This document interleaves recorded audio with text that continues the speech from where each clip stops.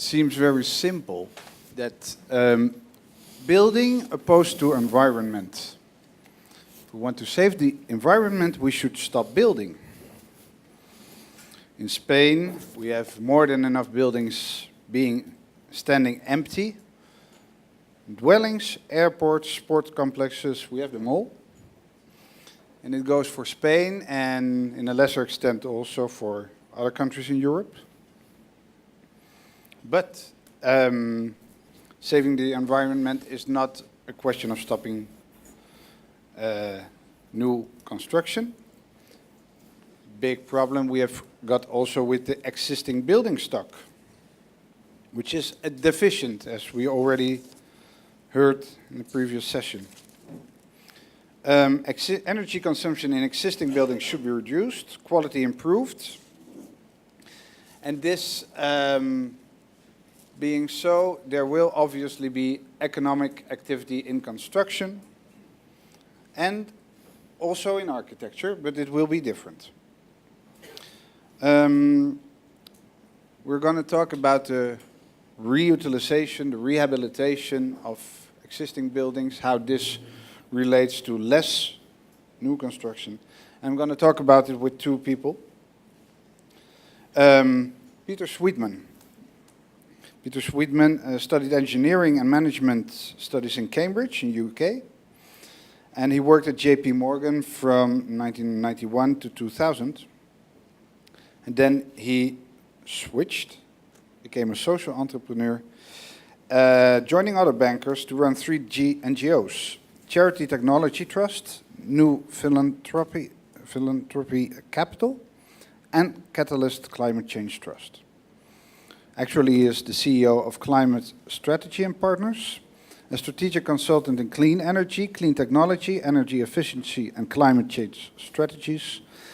And among their partners are Bloomberg New Energy Finance. And he published a number of white papers as a visiting professor at EA University in Madrid. And he regularly talks on the economics, the finance, and the markets that deal with climate change, clean energy, and energy efficiency. And there's one important document that brings him here. It's he had the assignment from the Green Building Council Spain and Fundación Conama. It was the report on the National Strategy for Buildings Renovation. This is a report that is work in progress. First edition was 2011. Now we have the 2014 edition, and those who are here because they want to know what the future of architecture in Spain, trying to get some decent salary from it might be, well, I can advise this strongly. Most of you maybe already have read it. Then we have Hans Ibelings, and Hans Ibelings is not at all into economics, well, from his background. He studied history of art in Amsterdam. He specialized in architecture, and during the 90s, when architecture in Holland was also booming, he wrote books like Supermodernism, 20th Century Architecture in the Netherlands, and a lot of monographics on Dutch architects. And he so-called became like the ambassador of Dutch architecture in Europe and all around the world, explaining what was happening in that small country. And then with the experiences that he brought back from all his travels, he started another project from Amsterdam with Arjan Groot, graphic designer. They started A10 magazine, New European Architecture.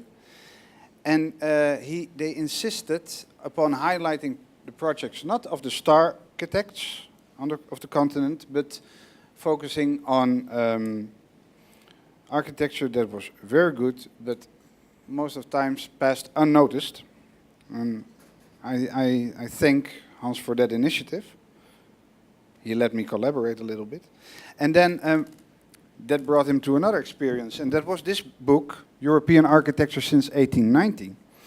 And I read this book like in 2011 you wrote it, and then when I read it, it was very nice to hear, to take notice of how you analyze the what happened in the century before, and then you dedicate a few words to what is going to happen, and that was the crisis. I mean, he wrote it in 2011, so Lehman didn't exist anymore. We started noticing the things very directly. But there was already another event, another thing. In 2008, you were with a program of the Amsterdam television on a boat, looking to a beautiful building that you had to say something about Kraanspoor.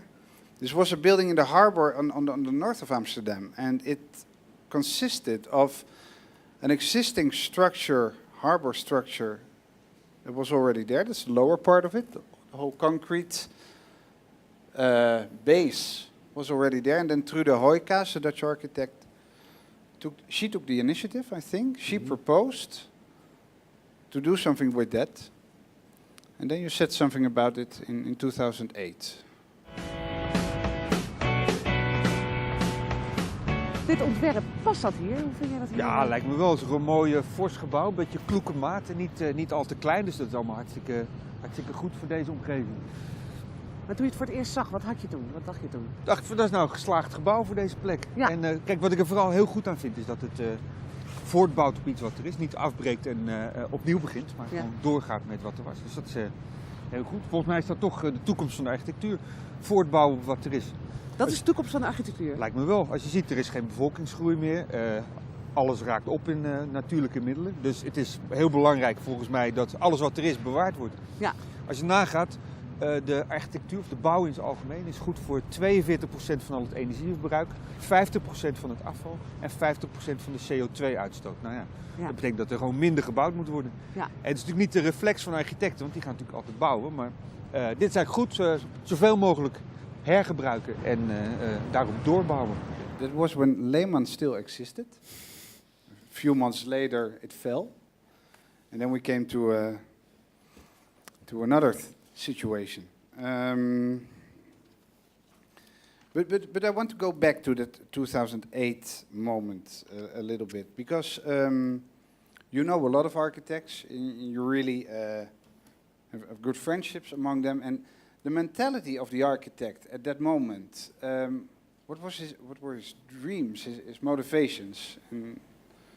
I think what you could see, and what you can still see among architects, is that there is this reflex to solve every problem by adding square meters, by starting to design and build. And I thought it was already problematic before the economic crisis started, and it has become more problematic now even.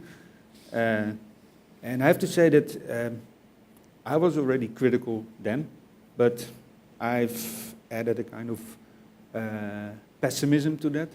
Although I believe myself, I'm an optimist by character, but pessimist by circumstances in a way. But this was 2008. 1 year later, I made an exhibition together with Powerhouse Company, an architectural office in the Netherlands and in Denmark, which was called Rien ne va plus, which was directly about the effect of the economic crisis for architecture. This was followed again with another exhibition with the same team, which was called Shifts, which was an even more dramatic perspective on the effects of the economic crisis.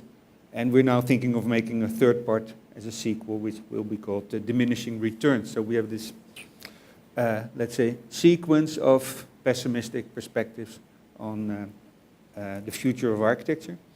And the same happened, you mentioned it with my book on the history of European architecture. Usually, if you look at most histories of European architecture written between, let's say, the 1950s and the end of the century, there is always this idea that those books are, especially if they continue up until the present, that those books are showing a kind of intermediate step in an ongoing development.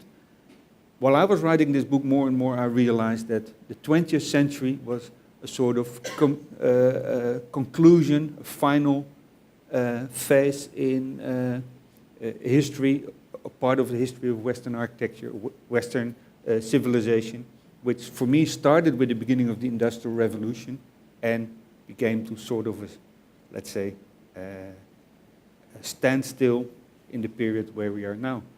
And it's funny to see that I had this pessimistic idea, but I'm not the only one. Jean-Louis Cohen, a much more famous art historian, wrote a book which came out 1 year after mine, and his conclusion is even more pessimistic about the future of architecture, although the book is called The Future of Architecture. Yeah. Then you come to a conclusion, indeed, it will be less for demography, for economic reasons, for the fact that there is already so much. And then, a year after reading your book, I read the report of Peter Sweatman and Albert Cucci. And that spoiled my holidays as an architect, because then you really have to, you realize that you really have to reconsider and make a shift in mindset from what was our reflex, from what was our habit. I think we can adapt and get some new habits, as learn to do something else as architects. But what you showed in that report, Peter, I selected some slides of them, and maybe you could comment on them, because the assignment came from the Green Building Council, España, and from the Fundación Canama. What was the assignment? What did you had to investigate? What did they ask from you? The group itself, the Rehabilitation Working Group in English, GTR, actually was a self-forming group. It emerged from 2010, 3 conferences that were held that year, including the Canama conference. And it was a group of 10 people who sort of all experts in a different field, really. My own expertise being more in the field of energy and finance. Albert Cucci's expertise being in the traditional technical arena of architecture and buildings and construction. The head of sustainability of Grupo Ferrovial, the large construction company. A couple of architects, one of the architect school of Aparejadores. And we really got together because we felt that Spain was in a crisis. The construction sector per se had lost, well, has now lost 1.7 million jobs. And that, again, without wanting to oversimplify, I think to many people's minds, and mine included, is one of the main reasons for the unemployment crisis that this country faces. So what we wanted to do was to try and discover a sustainable model that would find a way back into employment for a segment of that market. And the model that we came up with was the fact that, similarly to the UK, Spain's buildings are deeply inefficient. There was no insulation required in construction before 1979. There has been a huge amount of construction which is potentially sort of subnorm, and even the rules that are currently in place are not optimized, let's say, for the different climatic situations with respect to buildings. And to give you an example, most of the buildings, or there are 10 million homes in Spain, whose energy demand for heating and cooling and for hot water can be reduced by up to 80%, but on the whole between 60 and 80%, cost effectively, which is the way we see it, it's a project. It's a 10 million home refurbishment project, which will last from now until 2050, that will employ on average 150,000 people. And actually coming here, and because I'm addressing a forum of architects, I did some numbers to figure out how many of those 150,000 I thought might be architects. Thank you. And I figured out that the number's probably somewhere between 5,000 and 7,000. It's not bad. And the reason, just if you allow me, and it's not in my report, but it's just the subsequent thinking, what's happening now in Spain is this opportunity is being looked at with new eyes, partly because of European legislation, partly because of the Ukraine crisis. Energy efficiency has certainly moved up the political agenda. And to my mind, it's a market organizational question. Until now, the building of homes has been organizationally something that has largely been done by big companies and has largely been done through permissioning processes and large amounts of capital required and little involvement with really the citizens until the point of mortgage and sale. Now, the business cycle needs to be completely reversed. We need to be engaging with the citizens to offer solutions, sort of home, you might even want to call them, you'd be tempted to call them home comfort solutions, but they're solutions to problems which perhaps manifest themselves in other ways. So the problem might be, I'm afraid of rising energy prices. What can I do? Now, the vast majority of people in this country, when interviewed, simply have a problem in understanding that heat can be lost through your home through the walls. They think it's through the windows, or they think it's in other ways. But in reality, it's almost like having a fridge-freezer wall in Burgos or somewhere which is cold and very cold in Spain in the wintertime, if you have no insulation. And those solutions, bizarrely, in many cases can be solved quite cheaply, because Spain has millions of cavity walls.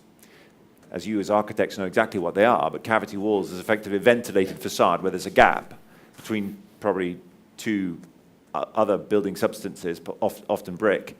And if you fill the cavity wall with insulation, you can change dramatically the heat characteristics of that building very, very cheaply. So I think, so going back to the question, what are the architects in this future world doing? I think that the central role, a qualified person with perhaps a technical degree in a técnico aparejador level qualification, would be precisely the right person to be offering a home solution, because they have the understanding of the systems understanding, because a home solution requires a systems understanding. And what I mean by that is, it's not just about the windows, it's not just about the doors, it's not just about the air sealing, it's not just about the insulation, it's not just about the appliances. It's about the way in which all of those components react together with the occupant and deliver to the occupant or occupants what the services they are that they desire. They desire a PlayStation, they desire a TV, they desire warmth and comfort, they desire light, they want to study at night, etc., etc. Whatever the things are that they desire, I think there genuinely is a role for the home solution, which then is the catalytic point for an investment back into that home to create the living environment that people will come to aspire towards in the future. So that's to my mind. So it's 5,000 to 7,000 of you all catalyzing that new market to exist, and behind which then the funds will flow, and that person, that figure, will be the key in unlocking that chain. But that's not necessarily the kind of job that many architects would wish to have. It's maybe less in the art of architecture and more in a kind of technical approach of the business. So my problem is I'm an engineer, but so of course to me that all sounds fascinating. But I had a question to you, Hans, and this is I figured that most of the jobs that most of the architects are doing are pretty dull, because there are very few wonderful skyscraper buildings, there are very few calatravas, there are very few fantastic palaces that need to be built. And I'm sure the competition for those singular projects is intense. And I'm sure that the market for those will continue to be pretty much stable. The more billionaires we have in the world, the more huge, fantastic palaces there will be to compete around. But the vast majority of modern construction, particularly for housing, I'm not sure, I don't know, but it doesn't seem to a non-architect to sort of exhibit the same sort of wondrous characteristics of some of the more singular buildings. And I'm wondering whether the job in those situations would be more similar and perhaps as engaging as the job which I'm describing. It's funny that you mentioned billionaires and as let's say, patrons for architecture, because what I think, and the reason why I became so pessimistic when I was writing my history of European architecture, is that if you look at architecture in a wider perspective, and not only from the here and now, and not only like I did from the 20th century, You can see that in Europe, if you look at a history book which goes back to, let's say, Greek and Roman times, you can see that all the architecture until 70-50, it's either a palace or a temple, or a church, or maybe a villa, and a few public buildings. And after the beginning of the Industrial Revolution, you see that there is this whole transformation, and with the rise of civil society, you can see the expansion of the field of action of architects, and suddenly not this patron is the client, but society as a whole. And this has led to the situation which you can see if you walk around here in Barcelona, that everything has become architecture at some point. And what I expect, given, because this change, this rise of civil society is, to me, to my mind, very much related to the rise, the increase of population. And if you look at it before 1800, there's this graph of population growth is almost zero, and then after 70-50 it goes up like this, and now we're at the level where we stabilize again. And this moment of increase, you can see an increase in architecture, and I very much believe that we're now at this new plateau where we will have this stability and much less need for architecture, just like it is in the rest of the world, because we should not forget that Europe is very, very peculiar in its development of and the appreciation of architecture, which is not existing at the same level anywhere else. It's really a European issue. And I know, after having a magazine on European architecture, after written a book on European history, you could blame me for being Eurocentric, but I truly believe architecture, as we understand it, is very much based on a very European and maybe Western notion, but even this Western I doubt, because I now live in Canada and I can see it doesn't exist in the same way as it exists in Europe. So for me, there's the realization that we've been through this very exceptional period of 250 years in which architecture really boomed and blossomed. For us, it may be difficult to realize that we are now entering a new phase, that we're going beyond this exceptional period, and that we are maybe returning to the global normal. The new normal of Europe has been the global normal for a very long time. And this needs a true reassessment of the role of architecture, an understanding of what architecture can be, and a change of mentality for architecture. In a way, what you're saying, this challenging job of improving the housing stock here, might be one part of the future. And if you compare it, for instance, with the garment industry, with fashion, you can see there is, to simplify, there maybe three different things right now. You have the mass production of fashion, let's say Zara. You have the haute couture, the exclusive market, let's say Prada. And you have a few tailors somewhere in Bond Street in London and other places which produce this bespoke solution.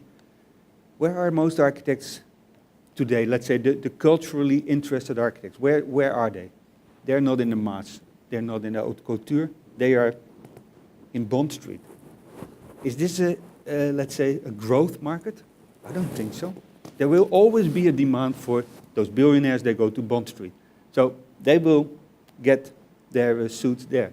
But it shows that architects, let's say, this very thin layer of, this very visible thin layer of architects who produce those signature buildings, they are, let's say, not in a very promising business.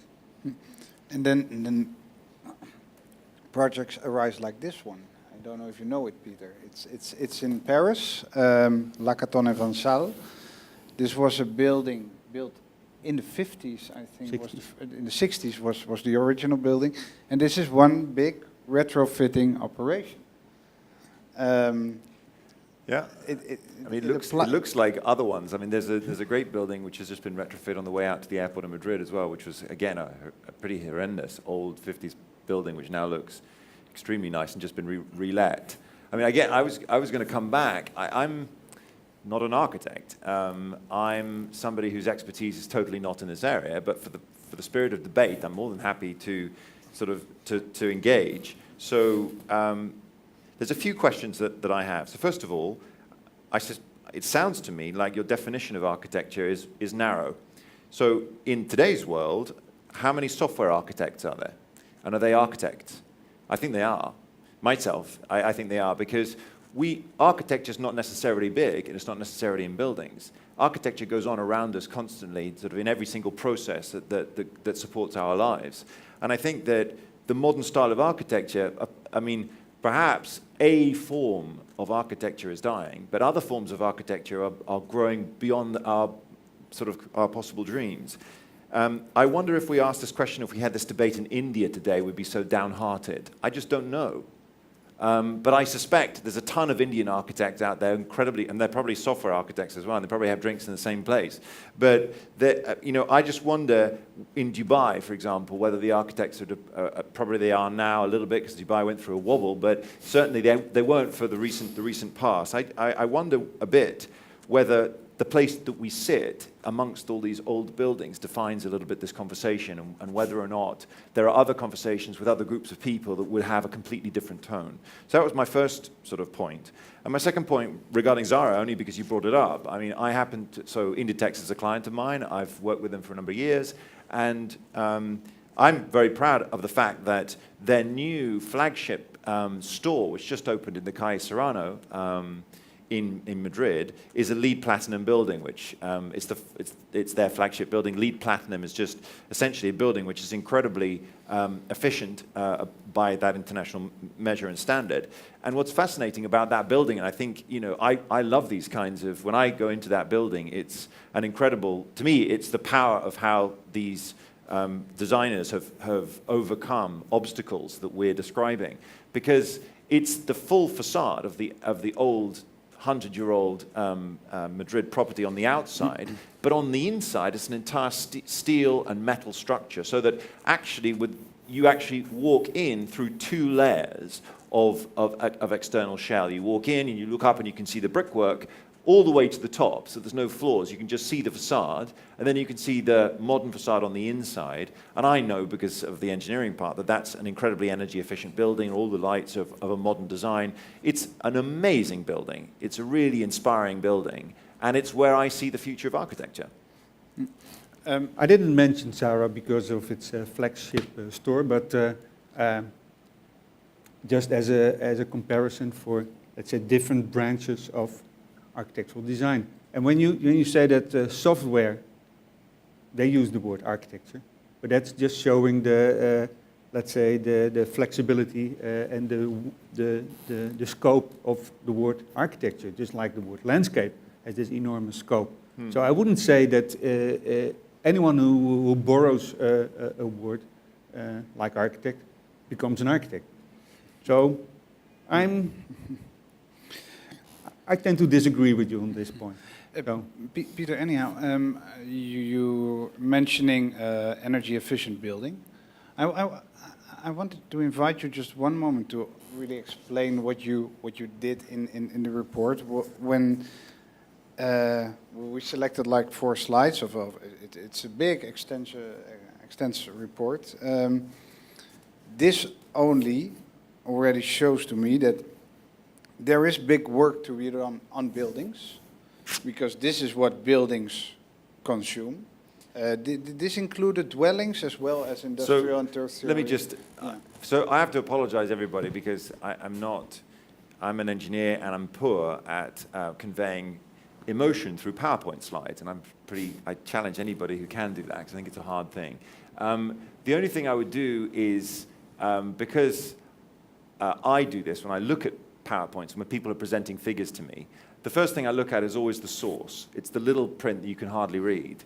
Because those of us who make cases in public around figures always need to be held, a bright light needs to be always shone on those figures. So I spend a ton of my time figuring out the sources of where I get information. So the reason I made the point earlier is because when we talk about things which are complex and technical, the way I, in public, sort of I rely on the best quality sources that I can. So in other words, when talking about energy, you could use, Bloomberg, the IEA, the Energy Ministry of Turn, and a number of sort of large, well-known energy companies, etc. So this just talks about Spain. It talks about the year 2011. It talks about what type of fuels were used and how much of those fuels were used. How much? In the building sector in Spain, and this is all buildings. So the three letters RES stand for residential. So for example, the amount of oil burned in residential buildings in Spain in 2011 is 2,891,000 tons of oil equivalent. That's what TEP is the Spanish acronym. TOE actually would be the English acronym. So that means that just to heat homes in Spain, and I think this is really the first point of complete waste, is we're burning something that we know it is of limited supply. We know the sunshine and we know the wind can deliver to residential buildings, because you see down there at the bottom, the amount of renewable power used in residential homes in Spain is approximately order of magnitude the same number. So we've got 2,647 of renewable power being used to heat homes, and we've got the same amount of oil. Now, oil, since perhaps those boilers, usually oil boilers in homes were installed a long time ago when oil was a fifth of the price that it currently is. And in those days, perhaps, people thought it would be a low-priced commodity forever.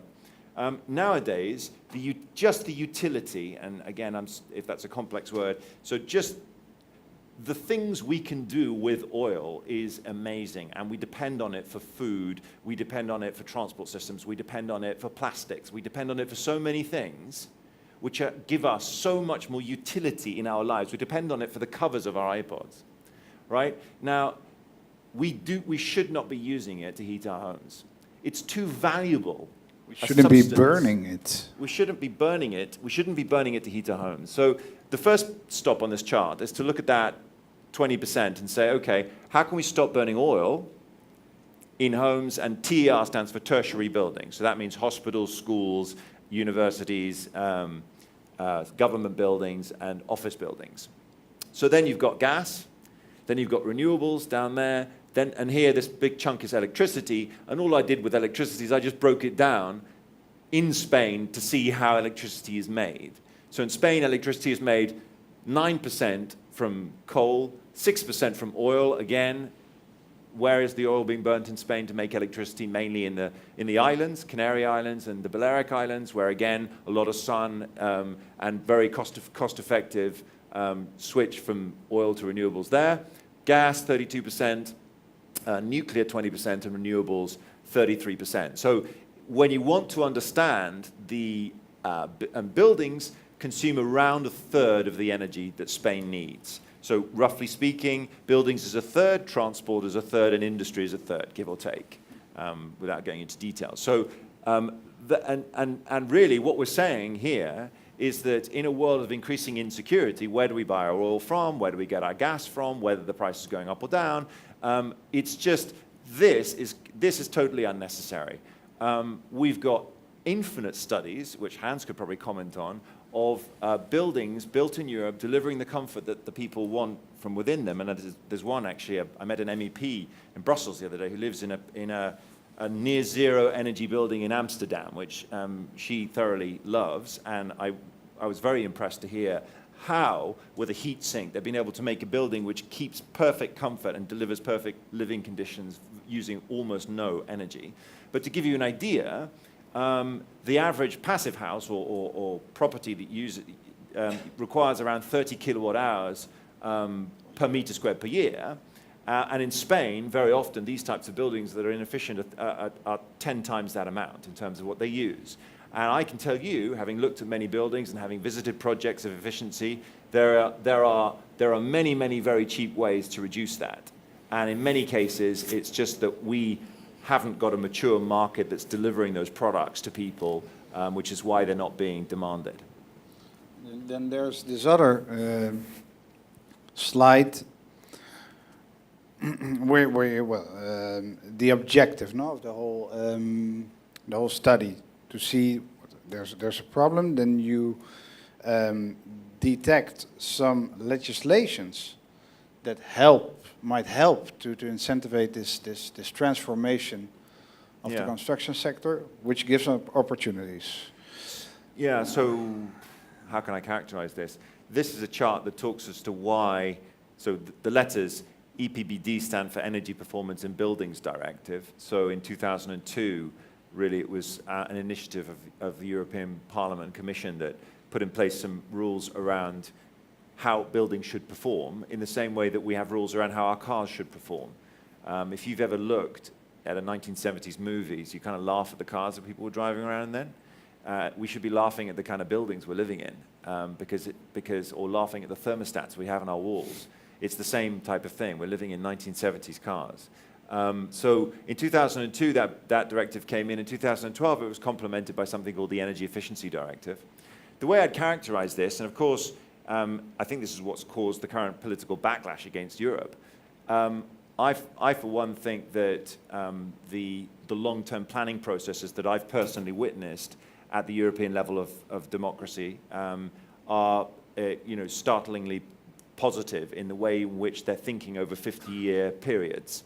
I challenge any one of you to name a government currently in Europe that's thinking over 50-year periods. But when you do think over 50-year periods and you look to deliver things like employment growth, things like energy security, and things like reduced greenhouse gas emissions, and you want to do them cost effectively, i.e. you want to spend the lowest amount possible you can to deliver those outcomes, the thing that jumps straight into your head is energy efficiency. And of course, that requires, and this is where this chart goes, the rethinking and the replanning of the construction sector for all the reasons that we started this conversation on. Then there's this 5,000 jobs for architects being created from that. And I go back one moment to this slide. Hans, this is architecture. This is highbrow architecture. Yeah, for sure. Yeah. I mean, it's beautiful. It's fresh. Yeah. And do you think architects, it is for a big part a technical task? Mm-hmm. The architects, with what we have learned in the last decades, are we equipped to take on this new assignment? I don't know if architects right now are really equipped, but they should adapt to the new situation, because for sure there will be less new building. That's obvious. And I think to create this new mentality, we have to rethink where actually the creativity of architects resides. And it's not necessarily in creating shapes, but it's in the clever adaptation of existing structures and make them more efficient, make them fit for new functions. And I think in this respect, we're really at the end of those 250 years of building and building and building into a new era in which the whole role of the architect, the whole mentality of the architect should change. Mm-hmm. And it means also, for instance, in my field of architectural criticism, we also need to change the appreciation of, let's say, the cleverness of intervention. An intervention which does not necessarily need to the addition of more square meters or whatsoever. No, I think the challenges that we have in technology, which is a ratifying job to do, to invent a glass facade which enhances the efficiency of a building. Yeah? Intellectually, it's obviously something that a lot of people could be very satisfied with, working on that. But when I ask you, you say, I'm not sure whether architects are equipped. That automatically leads me to the conclusion that up until now, if you are not convinced, we have not really done a good job in showing that will be able to take on, because this has been going on for quite some years. And this transition of the... No, but you can see the transition. And if you just look at architectural magazines and see them as a kind of indication of what's going on. the temperature of the world or whatsoever, you can see there's much more conversions, much more transformation of existing building than before. But still, I think part of this, we all are in a way formed by this industrial revolution mindset of growth and progress, this idea that there's only one directional force.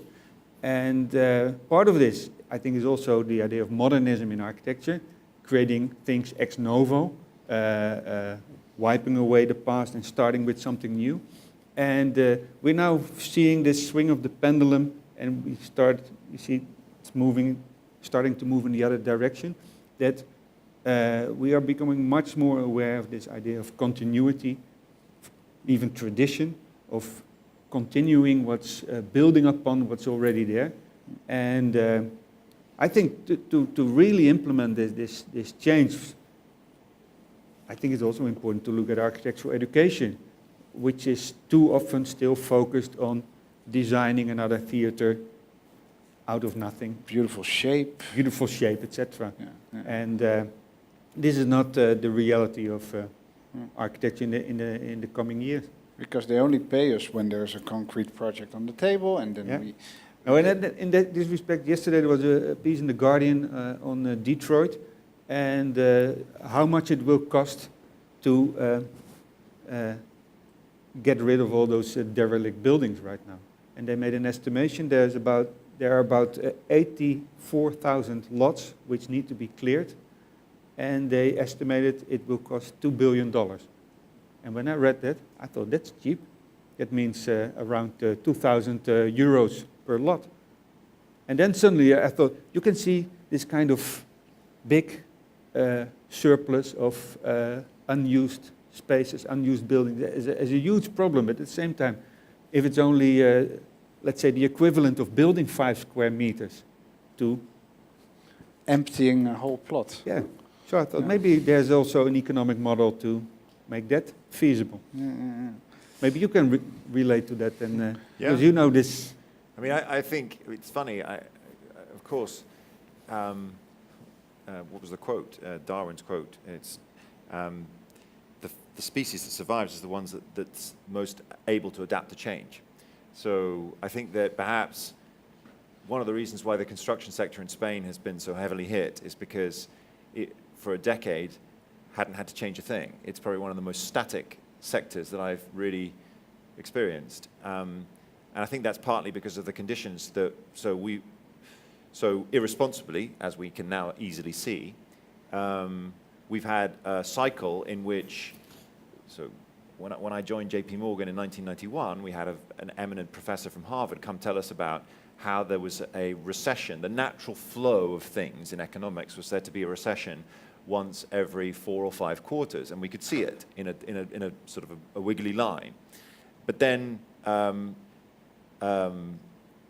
things changed, and political interests began to drive economic interests, and the recession kind of went away in a magical decade. And as a result of that, a lot of rigidity was built into systems that were just used to constant growth. And that was a fallacy. And what it meant is the flexibility and the tolerances that were previously in professions no longer existed, because we didn't have to go through the sort of destruction and renewal that a recession actually was. Recessions aren't bad things when they are repeated, when they are a way of breaking down the dead wood and bringing in the new. We now have a political situation, where young people are the new, and the dead wood is holding as tightly as it possibly can to the reins. You know, that's because of the decade that we've gone through. So, I mean, my articulation of the future with respect to architecture is, I agree with you, broadening the term, but broadening the term to embrace and reflect what I see is the reality.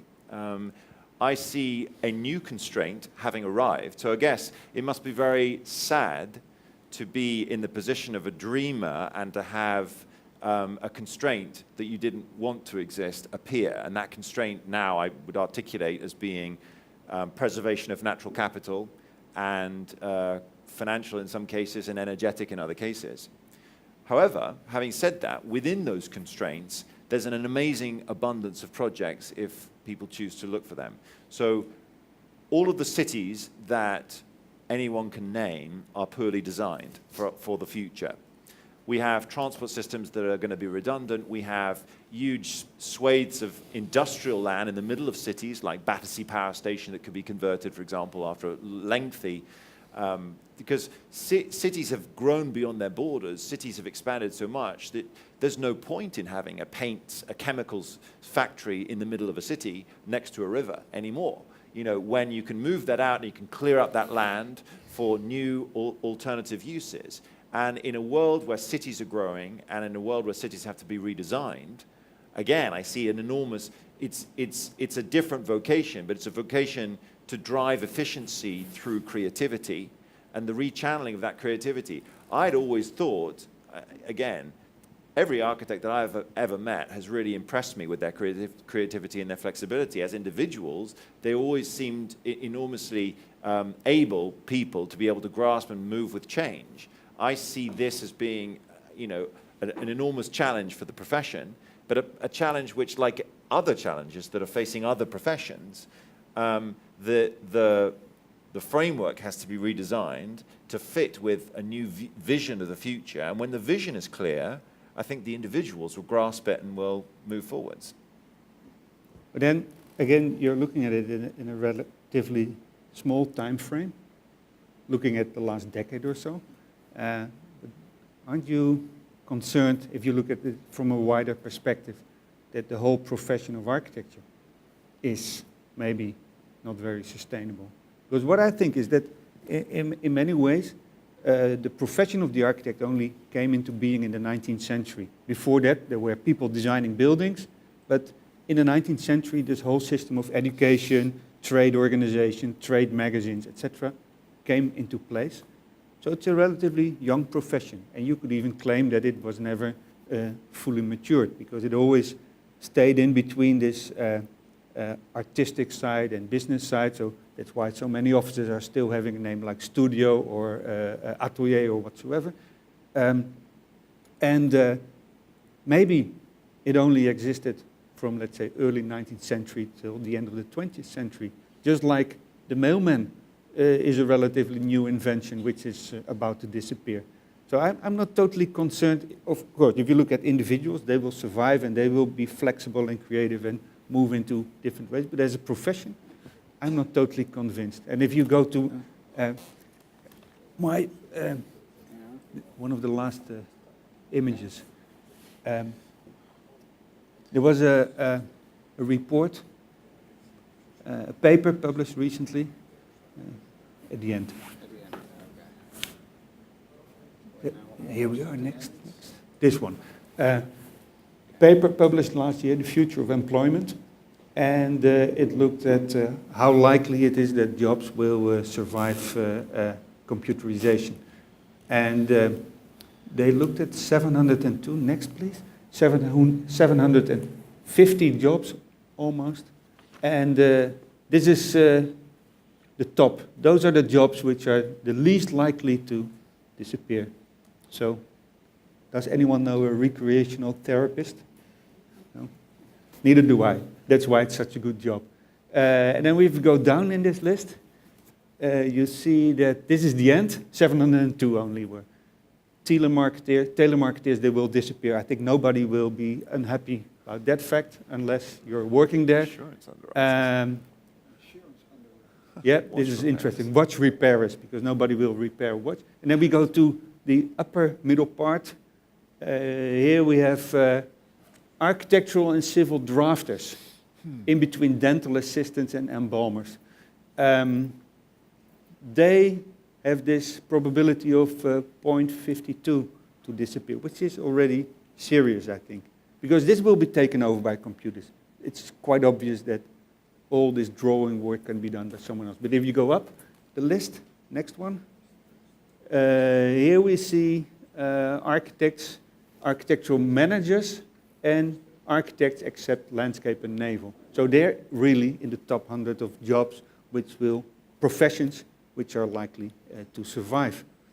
And it means They will survive because there is strategic choices, negotiation are important in those jobs.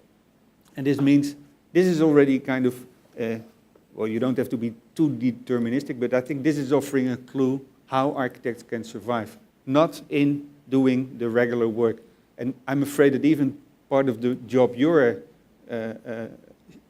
projecting, like this creating more energy efficient housing, will be on the lower end of the list and not on the higher end of the list. So finding a way of strategic interventions is let's say crucial, I think, for the survival of the profession. And then next, and much to my relief, I saw that writers and authors are still on 123, so I'm safe as well. We touched upon the fact that we are. Does not work. Yeah. We touched upon the fact that we are. Cities are not going to grow anymore. Not so much. I mean, my main objective of organizing all this was reducing CO2 emissions. That was my starting point. I'm also happy, okay, we can do it through energy efficient buildings. The fact that we will densificate probably cities, less transportation needed, we renounce to new outlays of new neighborhoods, which in the last decades we did in big amounts. This might also be a positive effect for CO2 emissions, and maybe this new structure of the city, designing these new dense cities, it's also a task of architects. I think the urbanism architect, the separation in Spain doesn't even is very clear. Edward Glaser, maybe you know the book The Triumph of the City. He's an economist, but he writes and dedicated to sustainability. But he writes on cities as mechanisms that very compact and very dense really reduce the ecological footprints of its inhabitants. Somebody living in the city emits less CO2 than somebody living in the outskirts or even a village. Yeah, I mean, I just wanted to make a comment on this list. I mean, I haven't looked at it in detail, but I wouldn't be surprised if the engineering profession was as equally distributed across the various layers of the list, because I suspect that the top engineers who are designing gas plants in Siberia will have very safe professional futures. But the low-lying engineers who will be designing the piping systems in industrial facilities will be easily replaced by computers more cheaply. So perhaps it's not just about the architecture profession that this is describing. It's more about something which I raise a lot. So oftentimes we have debates that are very polarized. We often have debates about energy, the price of energy, and how that's going to make our industry non-competitive. Many times I'm sure you'll have read that. Many times I'm sure you'll have heard people talking about that as a deep threat to our future. However, the main threat, much bigger than energy, is that, simply put, most of the things that are made today, that we buy our clothes or that we use our objects, and on my, haven't got the slide, but on my Twitter account, you'll see a beautiful picture that shows this. And I don't know if can you connect it to the internet or not? No. I'll show it. It's a wonderful graphic that shows this very visually. It's the graphic of a T-shirt. And it's the T-shirt on the left-hand side is the size of the cost of production of the T-shirt in the United States. The cost of production is around $15 US, of which the labor cost, if memory serves, and again, this one you'll have to look it up on my Twitter account, is around $5 US inside the T-shirt for final sale price of $15 US. And the T-shirt that's made in Bangladesh has a labor cost of $0.16. So anyone that tells me that jobs will be lost in the T-shirt production business as a result of energy costs in Europe is dealing in snake oil or a total untruth, because the real competitive disadvantage of the Western economy is our labor costs. And that by far outweighs our energy problems. Our energy problems are minute in comparison to the lack of competitiveness that we have in a global market for other reasons. There's another statistic which is very useful in this debate when it comes to thinking about whether or not Europe is brave enough to move to a zero carbon economy. So I think the fundamental question for us all as we sit here is not whether or not the Chinese are going to stop building coal-fired power stations, which they may or may not. And I think the reason that they may is the same reason that London stopped having factories in the middle of the city, is because it was polluting its inhabitants to death. And also the water consumption of coal power stations is something which is little spoken and widely known technically, that they require an enormous amount of water.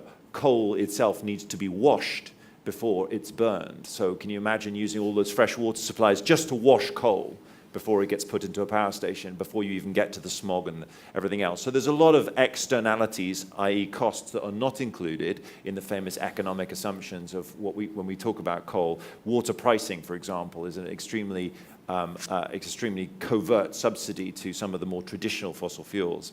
But anyway, the question I think we ought to be considering is, why not move to zero carbon society? Why not deliver the reality that some of us, myself included, believe is deliverable? And why not focus our energies on creating these new businesses, becoming less static and becoming the part of civilization that moves the world further forward, in developing cities that are sustainable, in developing a society that can depend on the natural capital resources that it has, because we can do it. That's the thing. It's not whether or not, I think this notion of whether or not we can afford it is actually a self-serving and diverting question, because apparently we could afford to double or triple the amount of money in circulation when Lehman was on the edge of bankruptcy. Apparently we can afford, in the UK, to provide policies that support through government guarantees anybody who wants to buy a new home, even if it is built in a floodplain. Apparently we can afford climate change in general, which is going to cause generations of havoc, and we've already seen the beginning of those costs, and yet we can't afford to do energy efficiency to our homes, which actually puts money back into our pockets. I don't know, but every time I hear arguments about cost, I find them too stylized and too narrow. And I think that if only we could break that paradigm a little bit and get out and become the Europe that I think that a number of us believe in, rather than being shied and being told that what we need to do is go back into the past, which every society that's tried to do that has collapsed.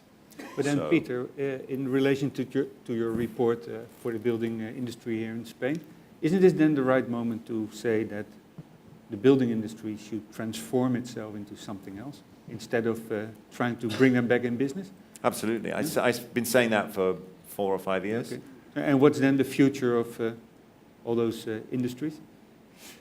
So it's a different supply chain. So it's like the energy industry's resistance to solar and wind power. It's a different industry. Mm-hmm. It requires different people. It requires different computer systems. It requires different business practices. It requires different skills, which makes the people in the current industry feel quite redundant. Mm-hmm. It's about retraining. It's about doing different jobs. It's about the uncertainties of the future. But the thing that makes that hard to grasp as any of us individuals is not having any visionary leadership that tells us what the future is that we can achieve. If we insist on listening to people that point to the past and say, look at that, look how great that was, let's see if we can get back to that, I'm not sure we're actually really going to go anywhere. Mm-hmm. I think in order for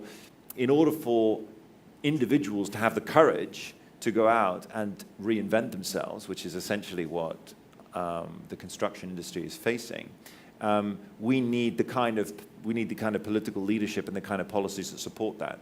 I am an entrepreneur. I set up 3 NGOs, as was mentioned in the UK. I was part of the founding team of several businesses. And I can tell you, having set up my own company here in Spain, how very non-conducive to the entrepreneur this particular culture and society and legal system is. Architects also, Hans. Mm-hmm. I think construction sector is very... suffering from sclerosis, but maybe architecture offices, as you said, entrepreneur, business. Where What always strikes me, and I have to tell, I have the same problem as an author. Because usually as an author, if you write for a magazine, you're paid by the word, which is a very stupid way of, well, being judged for the quality of your work. But I think in many ways the same is true for architects. Much of the income, or much of the turnover, I have to say, comes from all the hours that people are drawing the details and doing the relatively, or let's say, the work which is likely to be replaced by computers in the near future. And you're not paid as an architect for the most intellectual, creative part, namely the design. And quite often you almost give the design away in a competition or in the first meeting with a potential client. So the value of the work resides in this creative moment, not in all the long hours of making the drawings. And the same is true for me. So I'm even thinking of sending invoices, not saying I wrote 2,000 words, so that's this amount, but I'm saying this is what you pay, and it will be the same invoice, the same outcome. This is what you pay for the creative work, and this is the little amount you pay for writing it down. And that's a shift. A way of rethinking about what's the value of the work is, I think, extremely important. It's the same. So I run a consulting business, and it's the same. So most of the value, I think, if I analyze the projects that we do, most of the value comes in the creative components, and most of the economic returns come from what we call the heavy lifting, or the sort of the rote things, where it's managing of a workshop, it's the taking of the notes, it's the provision of the PowerPoint, it's the delivery of the message.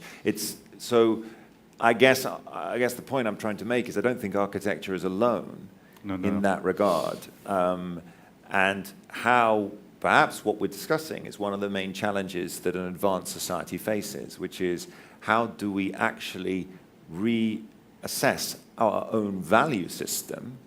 And I personally believe and support a lot of the leading sort of econometric thinkers, Joe Stiglitz and people, talking about we need to be measuring things in different ways. We shouldn't be fixed on euro signs and GDP growth measures. We should find other ways to determine quality of life, to determine fulfillment, to determine the kind of things which modern societies aspire to. And in so doing, why not at the same time address these clear issues of the balance of value? And I think here kicks in architecture again, because you can say that the values of well-designed environments are extremely high. Yeah. Mm-hmm. And the losses are extremely heavy. Yes, that's true. I heard, Bruno, is this the moment? We start with Chris. We start the debate. Hans, I think you're being too pessimistic about the value of architecture and its future. My wife and I have just built a passive house in an obscure, remote area of Wales, which is a poor part of Western Great Britain. Yes, the architect provided value in the beginning by coming up with the concept and the drawings, the ideas, the visualization, to take non-visual people like me into a new world, and that was wonderful. But right at the end of the project, when the project was being built, the role of the architect as coach, as tutor, as mentor to the builder was of equal importance. As building moves from being a brutal activity, taking large amounts of steel and concrete and placing them somewhere quite imprecisely, to being a very much more precise, careful process, which is necessary for the transformation that you were talking about, of turning very inefficient buildings into efficient buildings, the role of the architect standing over the builder, the contractor, and saying, you have to do that to within 0.5 millimeter, not a centimeter as you used to do, that has, in our case, proved the most powerful value to the architect. I don't think architects in Britain quite understand how difficult the transition from brutal to precise is going to be, and how much of a role they might have in enabling contractors to move from an essentially medieval process to a 21st century process. So, I can totally imagine that. And it's also, let's say, hinting at one possible future role of an architect is redefining the scale of operation. And not only in, let's say, millimeter or centimeter, but I think in general that for many jobs, like if you need a notary, if you need a family doctor, you're not going to another country, you're not going even to another city. But the way that many architects are working right now is that they are covering large areas.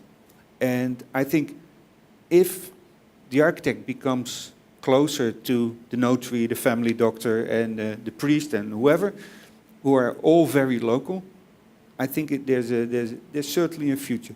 I know there was a French magazine, Criticat, and they had an article in the last issue on an architect who moved from Toulouse to the countryside. If I'm right, it was Toulouse. And he is in his 30s. He finished more than 200 projects so far, which are from extremely small, like changing the stairs in front of a house, to building whole project.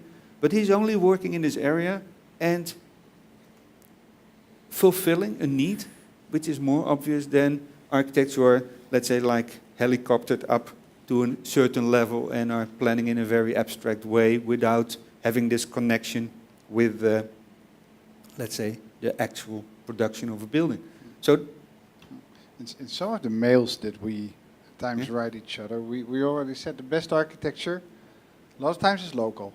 Architects working far abroad have a tendency also to leave not their best works abroad. If you let Renzo Piano act in Italy, it might end up better than in London maybe. So sustainability already teaches think global and invite people from all over the world, but act local.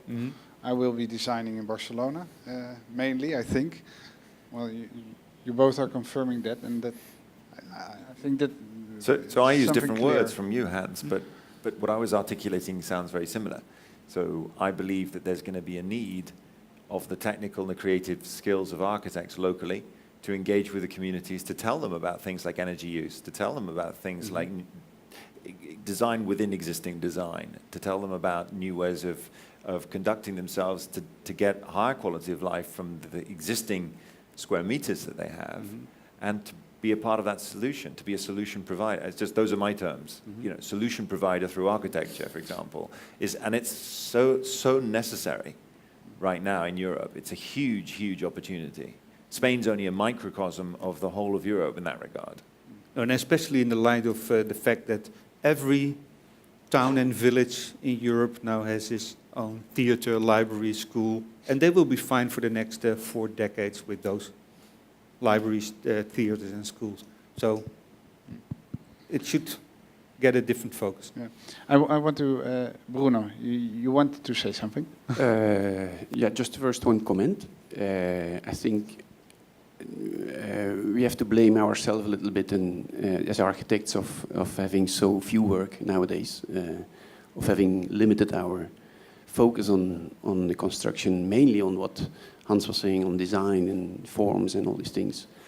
Meanwhile, I think we have a strong capacity of overviewing complexity that can be used in different kind of work situations. One of the things that I never understood is that, for instance, in the Spanish condition, there are so few architects in ministries deciding about what has to be done with cities and architecture and energy. Most of them are engineers. I think I never met an architect. Meanwhile, maybe the architect over there can be the person who is linking different aspects of society. So that's something we should work on. In a certain way, trying to diversify our position in society on local, international, national level, but in different places. But I want to, beside that comment, I wanted to make one step further. and we are working the last 4 or 5 years since the crisis started. We're working quite a lot on defining strategies, as designing is not possible anymore. And on a certain moment, we had a debate, and that's a little bit linked with the numbers that Peter was saying before on the Spanish situation, how you can reactivate somewhere a market. There's a number, I don't know if it's actual, I think it was a number from 2010 or something like that, and that in Spain, in the beginning of the crisis, we had about 800,000 to 1 million housing units newly built and not occupied. Mm-hmm. So that means, let's say, 4 persons per house, that's about 4 million people can go and move into a new building which is fulfilling building codes from the 21st century. That means they should, let's say, fulfill energy requirements. 4 million Spanish people, that's about, I don't know, 8% of the total population or something like that. Why aren't we defining strategies to activate that people can easily access to these newly built houses so that certain parts of the cities, densely built cities, and there I would like to make a short beside comment that Spain is already into Europe one of the most dense built cities. I mean, Madrid, for instance, if you compare it per square meter, is quite dense. The ensanche is about 200, 250 houses per hectare sometimes. Meanwhile, in France, they use an indicator between 70 and 130 houses per hectare as sustainable. That's half of it. So in that sense, why aren't we thinking on renewing cities and not being afraid of, taking away some old buildings from the 50s, 60s, but using these buildings of the 2010, which are in energy terms efficient, more efficient, and activate that politic. I mean, then you're not building, you're just using what's built, and you can you create a certain kind of space in cities to renew cities, which is necessary in greening, in providing open space and all these things. So can I jump in, because it's one of the themes that I have a vision around, and I think it's what's lacking in this country. So you're right on the figure. 800,000 was the figure of new homes that were unoccupied at the beginning of the crisis. And of course, since then, what's happened is the banks have continued to empty out homes. My visionary suggestion around the time was, well, it's not about the 4 million Spaniards who we need to create to give extra living space, who are perhaps comfortably in the homes that or the living space that they want. It might be partially to do with that, but isn't it more about the economic policies that drive 4 million retirees from the north of Europe to want to live in those homes? And wouldn't those retirees also fill up the hospitals that we're closing? Wouldn't they use the transport systems that are underused? Wouldn't their savings go to pay the deficit that is currently unsustainable? Why aren't they coming? You therefore might ask, given that the climate conditions, as a person born and bred in the UK, I can tell you, living in Madrid for the last 10 years, it's considerably nicer. The answer is because the politics frighten people off.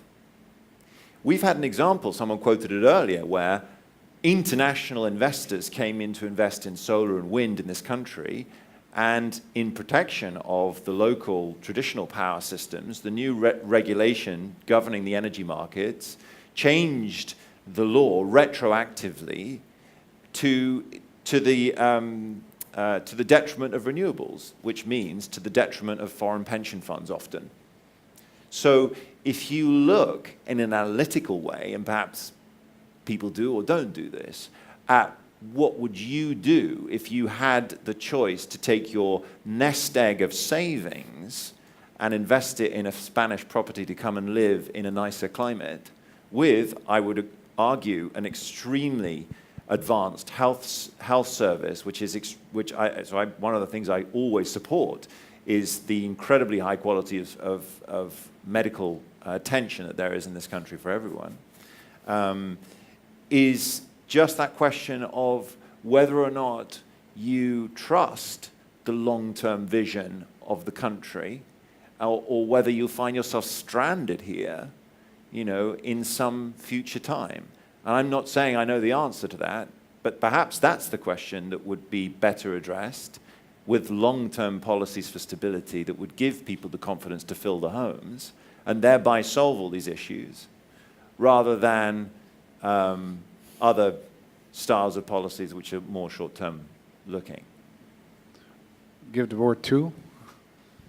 Hello, I'm Paolo Sustersic. I'm an architect. So I think that it's clear that we are facing a change of paradigm, but maybe we should face also a change of the communication of architecture. I mean, I feel that we have a problem now with the fact that when we are speaking about what an architect do in society, sometimes maybe we think more about form, about extraordinary building, about architects, but not about the fact that the architect should improve and be able to improve the quality of life of citizens. So to solve real problems with real solutions. I think that society actually is not concerned about this fact, that architecture is not only a question of form, of course it is, and is not only a question of technique, of course it is, but the goal, the final goal, is to give a positive solution and to improve the quality of life of the environment.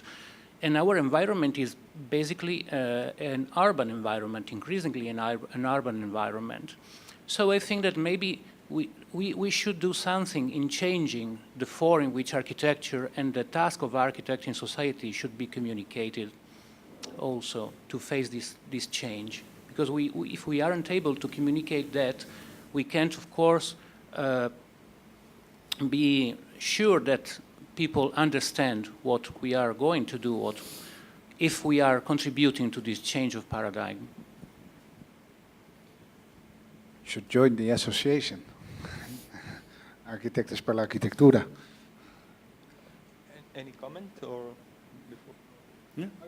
No, go. Go ahead. I thought that you would. No. No, I think you're right. And then the problem is, of course, how to sell that you're in the profession of improving of the quality of life. What's exactly? Because if it stays this abstract, then I think it will be hard to sell. But I agree with you that the definition of architecture should be stretched or changed. Okay, thank you very much for this conversation. I mean, it's really inspiring, and I can continue commenting with you maybe for at least a couple of hours, but I don't like to monopolize the mic. But I have two questions for Peter. First one is about this kind of big untapped potential for refurbishment in Spain. I mean, have you worked on the business models, how to put this in practice? Because unfortunately, my personal experience working with energy service companies and people like this who is really investing in energy efficiency, particularly for residential sector, we cannot find the proper business model to start this kind of projects. While in the tertiary sector it's working more or less, but in residential it's really hard. The second question, I mean, Peter, I really enjoyed very much your conversation, and I don't like to be unpolite, so let me explain in the way that I feel the problems and I identify with something which sounds like unpolite question, but I mean, it's not Come like on. this. It's just because Just say it. I think I'm old enough. I have to deal with it, I'm sure. I have the same problem. I mean, you don't like the color of my tie. I knew it was that. No, you just commented that you're proud about Inditex and your cooperation within Inditex. Yeah. How you cope with this and the idea of vision of zero carbon economy? I mean, Inditex, with all the respect of the entrepreneurship and the business, and it's fantastic, but yeah, it's based on extreme of consumist society. I mean, it's a new business model which is based on selling more and more and changing the collection every 2 weeks in every shop, and even producing not in New York, but in Bangladesh.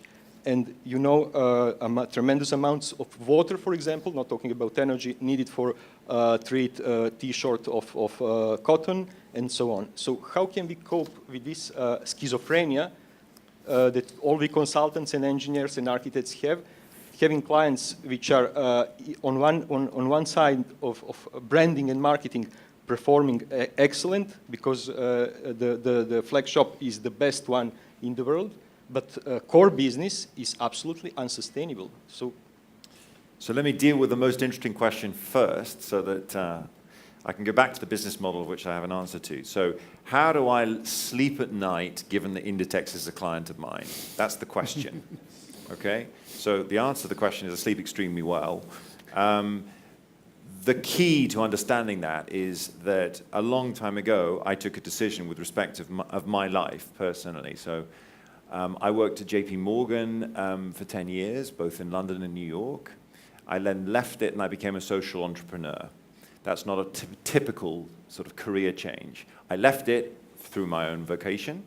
I became a social entrepreneur because I didn't want to die of a heart attack age 40X as a banker and having done nothing else with my life. So I decided to just, for the hell of it, to sort of try, you know, other things. I set up a very successful social technology charity called Charity Technology Trust that today delivers technology services to over 17,000 UK NGOs and saves them costs. I set up New Philanthropy Capital that for over 10 years has been providing research to some of the wealthiest people in the UK as to how to give away their money. And I set up Catalyst Climate Change Trust that ended up resulting in me joining the management team of a firm called Climate Change Capital, and we ended up investing over €1 billion into low carbon strategies in a 5-year period. So the business, so the key to the answer of my question is, I'm proud with the work that I do for Inditex. What is exactly the work that I do for Inditex? It is, I work with them on biodiversity, I work with them on their global energy strategy, I work with them on the environmental footprint of their supply chain, I work with them on water issues in China. So I work with them trying to resolve exactly the conundrums that they face. Now, I'm not saying that, so my decision, which to understand my decision, you need to understand all those prior decisions in the context in which they sit. My decision is that as an individual, me, Peter Sweatman, I would have a greater impact with my life changing things from the inside than from the outside. So if you wish, and if you think, and if anybody in this audience believes that I could have a bigger impact on Inditex's business by going out and convincing young children not to buy pink skirts when they feel like it, tell me and I'll do it. But today, I think that Peter Sweatman, the engineer of Cambridge, can have a greater impact on the world by working with Inditex to try and make their operations more sustainable. And I'll leave you as parents to convince your children not to buy Inditex products, if that's the thing that you believe is the thing that you can do to save the planet. So that's the answer to the second question. The answer to the first question is, so we have a chapter in this book, which wasn't on the slides, that talks about what we call the GTR business model for renovation, and you won't find it in the short one because it's not there. Basically, what we essentially are suggesting that to convert any Spanish home from its current inefficient state into its transformative state, efficient energy-wise, more comfortable, acoustically better, and a better environment for living and for health as well, and other emissions-related issues. We believe that, roughly speaking, the budget should come a third from public sources, so there needs to be initially some input of public money, because this culture, particularly in construction, has been unnecessarily, in my opinion, too much reliant on public support and subsidies. However, given that there are a lot of public benefits that come from the employment that it creates and the economies that it creates, this is not a public subsidy, this is a public investment in the infrastructure of the new Spain. So a third from public sources, a third from energy savings. So when you look at the energy savings that an average household can make over the next 20 years and you discount them at 5%, then that'll pay for a third of the works. So a third comes straight out of the energy, And then a third is what the individual, the homeowner, will have to find, should we say, from own resources, but that's justifiable because that final third is an amount of around 6,000 euros. And that final third is easily reflected in the increased value of the property. So one of the things that's not very well articulated in Spain, but is better articulated in the UK, Denmark, France, and other places, is that eventually society will choose in the same way that it currently chooses its cars. I don't know if you track the value of cars, the value of high gas guzzling cars that 10 years ago would have been aspirational items has dropped off a cliff recently. You can't even give away an old Rolls Royce, that has a 7-liter engine. And that's because society is changing with its regard to how much fuel is required, because fuel is much more expensive and it's just going to get more expensive. The same is going to happen to properties. Today, the green premium, we refer to it as a green premium. So the green premium of an efficient building is unobservable in Spain, mainly because of the lack of green buildings and the lack of education and understanding of these issues, potentially through the whole supply chain of supply and demand. But one of the slides that is there is that in countries that have taken this argumentation forward, like France, Germany, there are tax benefits. In other words, the governments there, when I referred to a visionary policy, we do react to the signals the government provides to us.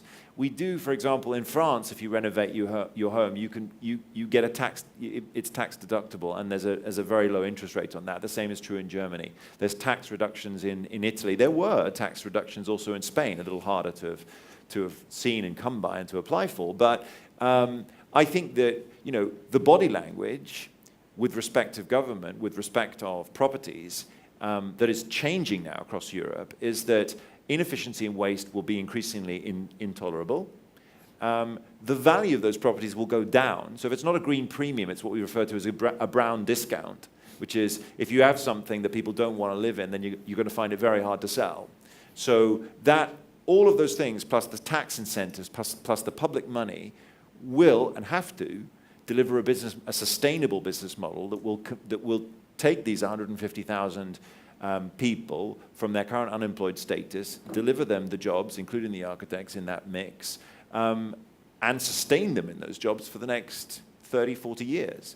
Because, like I said, a 10 million home project is not something you can complete in a decade or 2 decades. A 10 million home project, which is what Spain faces, is something that's going to take those 30 years, and it's going to be a transformational thing.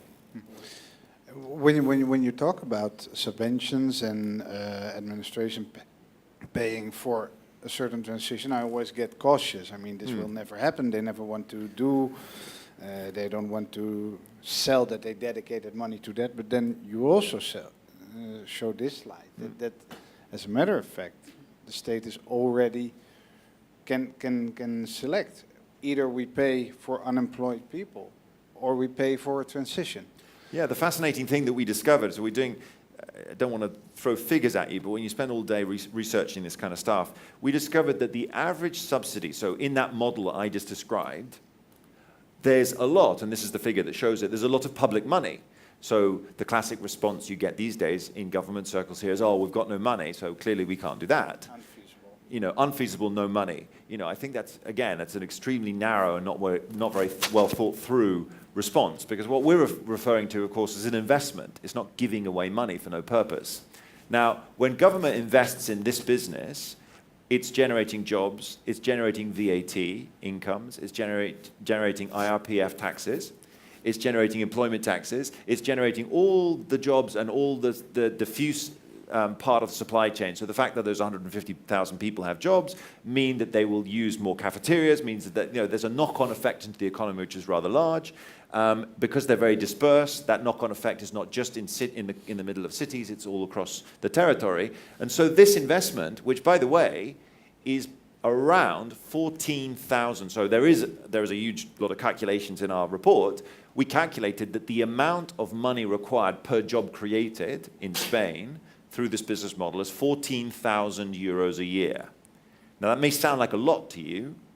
until you see that the current cost of each unemployed person in Spain is 19,991. So what we're really talking about here with this public expenditure is a direct and immediate saving to government just on the saved unemployment costs before you even get into the increased tax revenues that we're describing. So the curious thing about this public investment is it's something which demonstrably, because again, what I'm describing is not fictitious numbers that I did on the back of an envelope one Sunday afternoon in a taxi. It's numbers that the Fraunhofer Institute did over studying since 2006 the programs that have happened in Germany. So the German government, and I've met the people inside of the KfW Bank who've had the discussions with the German government as to why they've done this, they are very clear. They've done it because it has positive revenue impacts to the German treasury, and it has positive impacts on the German employment situation. It's the only argument that I think is, you know, is the clear one that should convince Spain to put this amount of money. So the amount of monies we're describing, this chart just talks about when the public monies become available and they're up to 2 billion. So I'm actually calling for a 2 billion euro annually investment in this sector. So those of you who are excited by the figures, this chart shows that if the GTR reality were to be correct, by 2020, the sector we're describing is about a 10 billion euro sector a year. That's a lot of economic activity. And that's a lot of investment, and that's a lot of transformation for buildings. That's a nice thing almost to close off with. Sander? Well, are there still... Yeah. May I just additional question? Thank you very much for this explication. I think it's great job done. I'm going to go through this document for sure. I would say it's much more policy support document than business model for application nowadays, but it's very, very powerful and for sure very interesting. So I would like to make a question to Sander, because nobody's asking Sander and he's behind all this. So Sander, talking about business models and low-hanging fruits and refurbishment in tertiary buildings, which is feasible economically. What's your opinion about the refurbishment of Colegio de Arquitectos, Architects Association building, which is recently been in tender, in competition, and we are waiting for results. So, I mean, it's nice example to discuss. I mean, I can speak freely. We did not compete in the competition. We declined because the focus was too narrow, according to us, according to the people of our office. It was a competition, for the people that don't know it, the Colegio de Arquitectos, which is in front of the cathedral,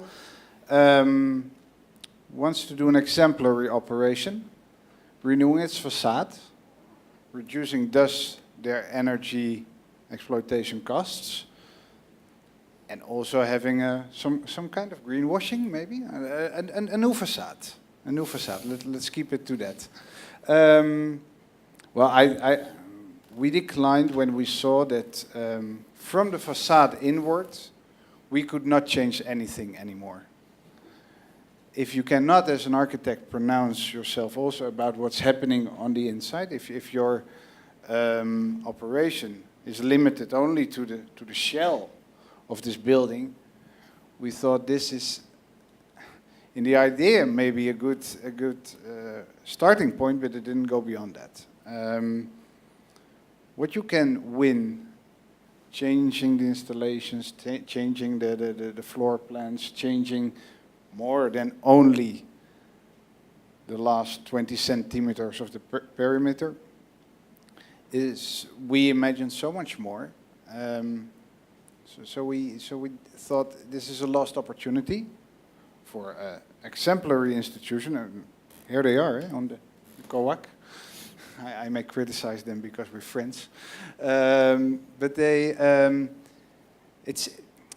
it's close to being a good assignment, but also a lost opportunity. But my question actually is how it's possible nowadays with the crisis in your profession, so deep crisis, to have so short vision attitude. This is the question. There were elections, maybe for the So co-work, policy.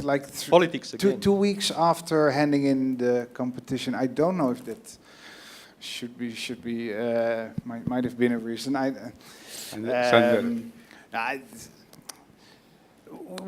We have to be a little brave on this. We did other buildings with the office, and then it's difficult. The building is operating, is being used every day, and then you have to change it. So then people that are working in there or living in there, they have to go through some obras, through some renovation, and they are disturbed by that. And people are afraid. I think that was why they didn't want to change too much of the inside. Well, maybe it's also a financial question, but we have to face up to people, the same ones that Chris says that avoid the windmills being placed in the UK. I think we have to face up to these people whose first reaction is negative. These people who say, no, this is going to bother me. Please don't do that. Let's give them some serious arguments. Let's explain them the sense of it all. Let's give them the numbers, but also give them the heart. But Sander, if you're trying to make some exemplary project, and we have a lot of buildings in similar conditions in this town and all over the country, and you're saying, I'm trying to make something different, but I'm afraid, what's going to be the perception of the potential client, hotel, office building, or whoever, if he can see that even those guys who are making these projects are afraid of we should. Project. Yeah, we shouldn't be afraid. We should. I'm not afraid. I will go there and I try to sell them my services, bettering their buildings. But Sander, let me see. Still have to be a salesman. Let me see. Well, let me talk something about one member of this club of architects. As Alex has proposed it to us, is a bad example and is our more representative building. But for example, we have another intervention in the town, Fabric Coats, that the architects have refused to change the windows. And inside the building of Fabric Coats, there is cold on winter. Okay. This is. I mean, socially, I love the project. We went there with Architectos per la Arquitectura. These were old industrial buildings, refurbished by Manuel Ruiz Sanchez into a civic center, incubator of new enterprises at San Andreu barrio on the northern side of Barcelona. It's the one up, Hans. Sorry. And it's true. 3 millimeters of glass. Leakages. I mean, they did not solve. They did not solve the windows. Yeah, who marked the priorities at that moment? The client, which was the city council, obviously could have liberated money for that. The architect could have opposed, maybe stronger to his signature is underneath the project. But we have to be more brave. This project with the client who is external one and who is making the prescription or brief, but in COAC case, in your association case, the client is association itself. So how is it possible to send I don't know. so negative, I don't know, Alex. so negative signals to the market? We're trying to do something, but are working. Are afraid of touching buildings. Architects. Okay. I was talking in the break with a colleague, with Pere Cabrera. We are lost in relation. Our collective, our gremio. How is it in English? The college. Eh? The college. The college of Catalan architects. The big percent of the majority of my colleagues are lost in translations. Okay. I tried also today and yesterday to get people from outside, welcome to the reality of Barcelona. This is where, where we try to survive, where we try to work, where we try to exercise our profession. If there are there any more questions? Because if not, I wanted to thank Hans and Peter very much. You brought what I expected. I mean, I knew that you were very different. We saw that, but then that's when things at times become more clear. So that's good. Thank you very much, and thank you, the public.